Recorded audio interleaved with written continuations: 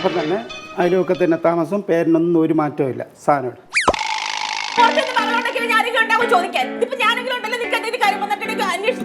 പല പ്രാവശ്യം ഞാൻ പറഞ്ഞിട്ടുണ്ട് എന്റെ കാര്യം അന്വേഷിക്കാൻ പറയുന്നത്.